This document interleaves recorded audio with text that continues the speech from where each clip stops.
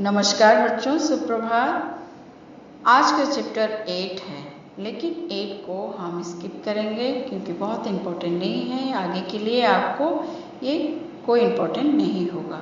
तो आज हम चैप्टर 9 पढ़ाएंगे। आप ध्यान दीजिए। पढ़ने से पहले हम कुछ शब्दार्थ के बारे में जान जाते हैं, जिसे हम वर्ड मीनिंग कहते हैं। तो सबसे पहले शब्दार्थ खंडहर है। खंडहर मीन्स टूटे फूटे मकान का बचा हुआ हिस्सा, यानी सिंबल। अंतर मीन्स यहाँ पे दिया हुआ है हृदय। ऐसे देखेंगे तो अंतर मीन्स डिफरेंट भी हो सकता है।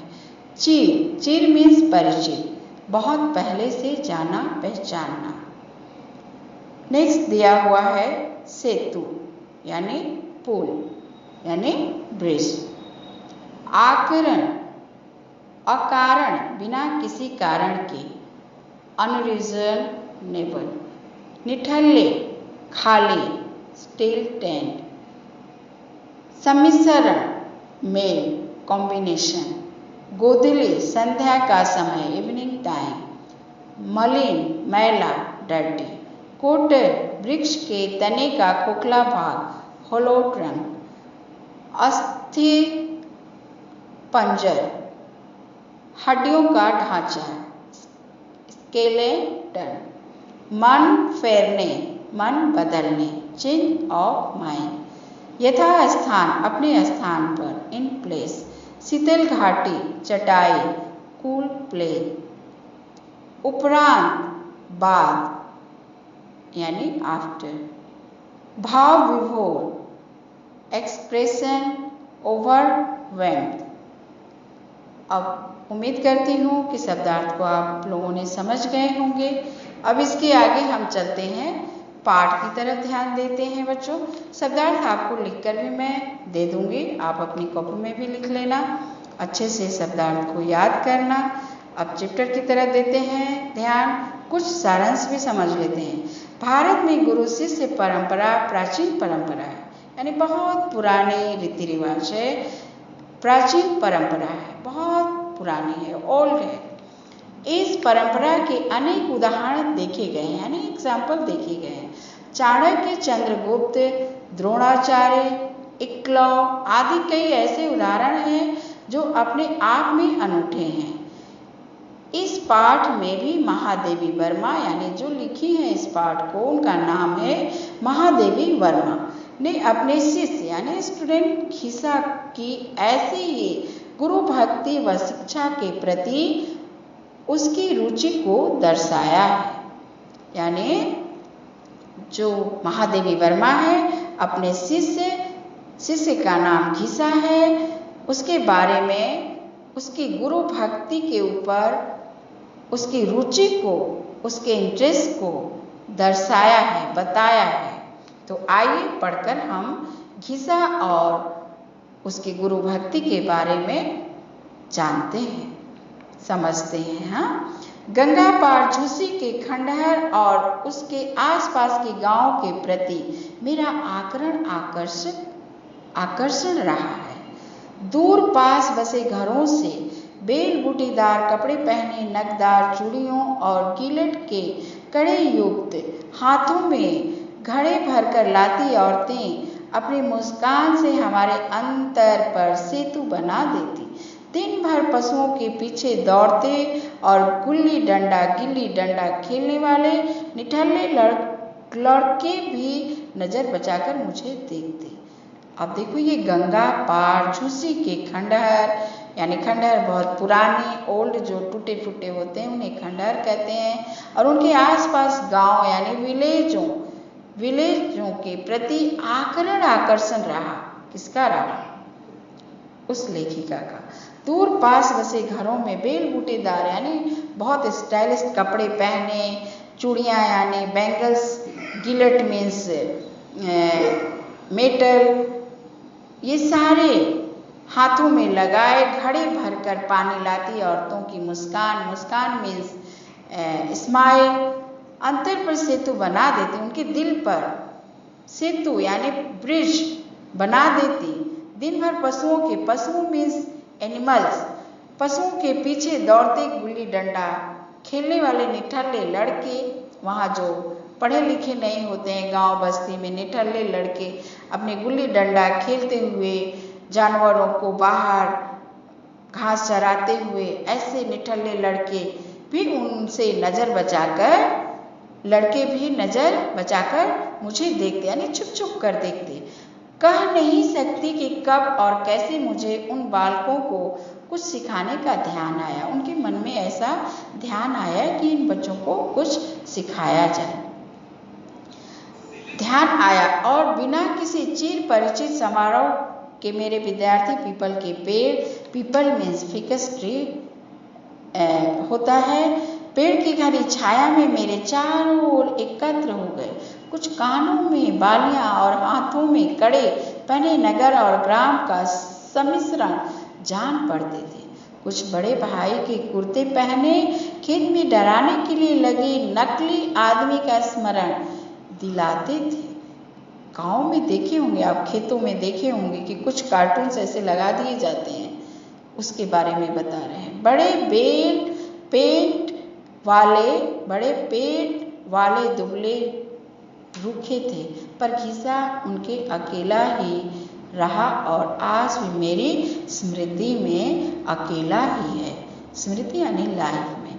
वह गोदली मुझे अब तक, गोदली यानी इवनिंग टाइम, मुझे अब तक नहीं भूली। मेरे पांव नाव की ओर बढ़ रहे थे, पर अंधकार में आती एक स्त्री, यानी बहुत अंधेरे में एक आती स्त्री यानी लेडी को देखकर ठिठक गए, यानी टिक गए, वहीं पे रुक गए। सांवला रंग, लंबा मुख, बिना किनारे की गाढ़ी धोती, यानी बिना बॉर्डर की गाढ़ी धोती में साड़ी, स्वयं को ढके अपने अर्धनग्न बालक को, यानी आधे कपड़े पहनाए हुए अपने बच्चे को चिपकाए, अपने बॉडी से चिपकाए हुए कुछ कहने लगे। कुछ शब्द और कुछ संकेतों से मैं यह समझ नहीं सकी उसका पति नहीं है, और वह जब दूसरों के घर काम करती है तो लड़का ऐसे ही घूमता है, यानी पति मीन्स हस्बैंड उसके नहीं थे। मैं इसे भी बच्चों के साथ बैठने दूंगी। उन्हें, वो जो लेखिका थी, उन्हें ऐसा लगा कि इस गरीब का बच्चा है, इसे भी मैं अपने बच्चों के साथ बैठने दूंगी। दूसरे रविवार को मैंने उसे सबसे पीछे दुबक कर बैठे देखा। पक्का रंग यानी थोड़ा ब्राइट था, मलिन मुख, दो पीली बड़ी आंखें और कसकर बंद किए पतले होठ, यानी होठ में लिप बंद किया हुआ बैठा था। वह निरंतर मुझे देख रहा था, यानी लगातार देख रहा था उन्हें, मानो मेरी सारी विद्या यानी नॉलेज सीख लेना चाहता है। धीरे धीरे मुझे पता चला कि घीसा बाप के मरने के बाद पैदा हुआ था, यानी उसके पिताजी मर गए थे, उसके बाद वो पैदा हुआ था।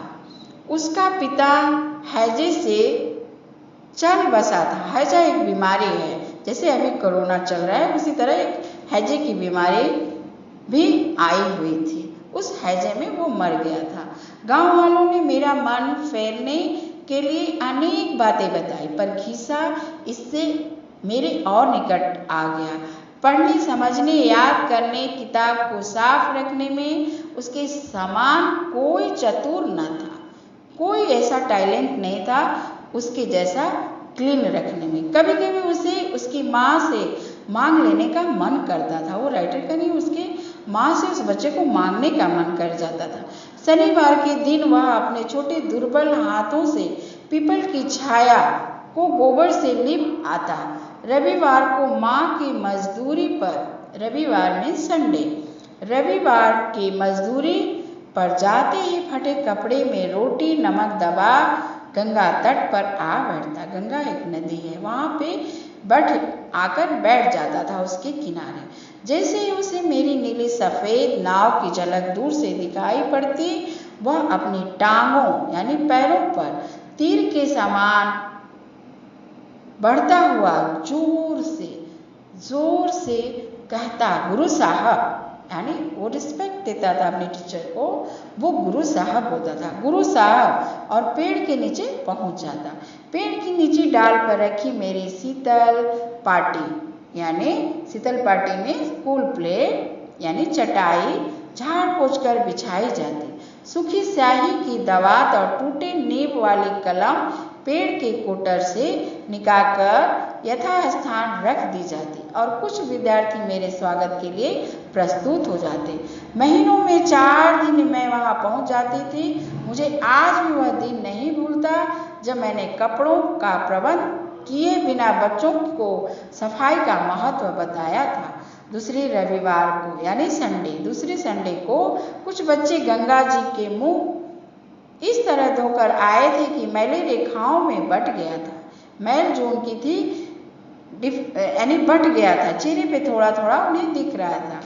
कुछ मैले फटे कुर्ते पर रखकर अस्थिर पंजर रूप में ही आ गए थे, यानी गंदे तरीके से वो आ गए थे। पर खिस्सा गायब था, उस टाइम में खिस्सा नहीं था। लड़के कानाफूसी करने लगे, विस्पर करने लगे। पूछने पर पता चला कि खिस्सा की माँ को रात ही मजदूरी के पैसे मिले थे। सुबह वह काम छोड़कर साबुन लेने गई है और खिस्सा अभी कपड़े धो रहा है। खिस्सा नहा धोकर गीला अंगोछा लपेटे आधा भींगा कुर्ता पहने अपराधी की तरह सामने आकर खड़ा हो गया। ऐसा लग रहा था कि कितना बुरा काम करके वहां पर आकर खड़ा हुआ है। तब आंखें ही नहीं, मेरा रोम रोम गीला हो गया। अब नेक्स्ट पेज में देखिए बच्चों, पेज नंबर 58। एक दिन न जाने क्या सोचकर मैं विद्यार्थियों के लिए 5-6 से जलेबियां ले गई, यानी 5-6 केजी। सेल मीन्स केजी होता है। छीना झपटी के कारण किसी को 5-6 से ज्यादा न मिली। खिस्सा वहां से खिसक गया, वहां से दूर चला गया। पता चला कि 2 माँ के लिए छप्पर में छिपा आया। 2 जलेबी उसे छिपा दिया माँ के लिए। कौन? घिसा ने। एक उसने अपने पाले हुए कुत्ते को दी और 2 खुद खा लिया, यानी उस 5 जलेबियों में माँ के लिए, कुत्ते के लिए, अपने लिए। देखो कितना समझदार बच्चा है। और चाहिए, उनकी टीचर वो लेखिका बोल रही है, और चाहिए। उसके जवाब में, उसके उत्तर में बोला, कुत्ते को कम मिली है गुरुजी, चाहे तो उसे दे दे। वो अपने टीचर से बोल रहा है। होली के बाद उसे ज्वर हो गया। इतवार की सांझ मैं बच्चों को विदा दे उसे देखने चली गई। सांझ मीन्स इवनिंग टाइम। बच्चों को विदा यानी भेज दी और उसे देखने चली गई। किसे देखने चली गई? खिस्सा को देखने चली। गिरते पड़ते वही आता दिखा। खिस्सा मुझे रोकने की जिद करने लगा। उसे टूटी खाट पर लिटाकर मैं लौटी। इसके कुछ दिन उपरांत वह अच्छा हो गया, वो ठीक हो गया। मैंने उस दिन तीसरे पहर से संध्या तक वहां रहने का निश्चय किया था, परंतु पता चला घिसा आंखों को मलते हुए पुस्तक से धूल झाड़ता यानी डस्ट झाड़ता हुआ, साफ करता हुआ सुबह से पेड़ के नीचे बैठा है। मेरे जाने की खबर से बच्चे उदास थे, क्योंकि वो जो लेखिका थी वो चली गई थी। बच्चे बड़े उदास थे। मेरे जाने की खबर से बच्चे उदास थे, सेठ थे। वे मानते थे कि तबीयत खराब होने के कारण मैं कब लौटूंगी कुछ पता नहीं। उन लोगों को नहीं पता चल रहा था। 1-2 दिए जल उठे थे। खिस्सा को गुरु साहब को विदा करना था। खिस्सा को गुरु साहब को विदा करना था, यानी उस टीचर को। वह बड़ा सा तरबूज लिए वहां आया। तरबूज यानी एक फ्रूट्स है। घिसा के पास पैसा न था, नहीं खेत थे, उसे लैंड भी नहीं था, उसे पैसे भी नहीं थे उसके पास। तब क्या इसे चुरा कर लाया? यही लोग सोच रहे हैं कि क्या वो सोच रहे हैं क्या चुरा कर लाया होगा। घिसा गुरु साहब से झूठ बोलना, भगवान से झूठ बोलना समझता है। वो कभी झूठ बोलना नहीं चाहता है अपने गुरु से। वह तरबूज कुछ दिन पहले ही देख आया था। माई को लौटने में देर हो गई। माई मीन्स मम्मी। माई को लौटने में देर हो गई, उसे अकेले ही खेत पर जाना था। खेत वालों ने कहा पैसा नहीं है तो कुर्ता दे जाओ। उसके पास पैसे नहीं थे तो खेत वालों ने कहा अपनी कुर्ता ही दे दो, शर्ट ही दे दो। इससे वह कुर्ता दे आया, कुर्ता दे दिया। देखो गुरु को कितना सम्मान देने के लिए उसने क्या क्या कर रहा है। तरबूज सफेद ना हो इसलिए कटवाना पड़ा, मीठा है या नहीं यह देखने के लिए उंगली से कुछ निकाल भी लेना पड़ा। गुरु साहब ना लेंगे तो घिसा रात भर रोएगा, छुट्टी भर रोएगा। वह रोज नहा धोकर पेड़ के नीचे पढ़ा पाठ दोहराता रहेगा ताकि छुट्टी के बाद पूरी किताब पट्टी पर लिखकर दिखा सके। देखो कितनी अच्छा बच्चा है ना, उसके बारे में क्या क्या सभी लोगों ने अंदाज भी लगा रहे।